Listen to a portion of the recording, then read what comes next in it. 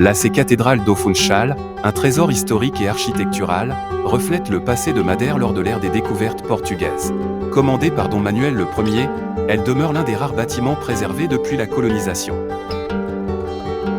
À la fin du XVe siècle, l'architecte Gilline a été chargé par Dom Manuel Ier de concevoir la cathédrale, achevée en 1514. Des messes y étaient célébrées depuis 1508, lorsque Funchal est devenue une ville. Le clocher et les touches finales ont été ajoutées en 1517 et 1518. Une caractéristique remarquable est le chœur dans le chœur, présentant des saints, des prophètes et des apôtres en habits du XVIe siècle. Des éléments décoratifs représentent la vie de Madère, notamment des chérubins portant des bananes et des tonneaux de vin.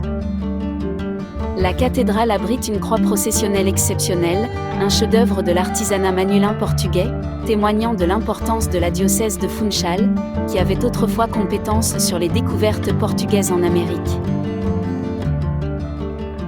L'histoire de la cathédrale remonte à sa construction, remplaçant l'église de Nossa Senhora do Calo. Initiée en 1493, consacrée en 1517, elle est devenue une cathédrale sous le pape Léon X, marquant une ère religieuse significative. À l'intérieur, elle présente une structure mendicante gothique avec un plan en croix latine.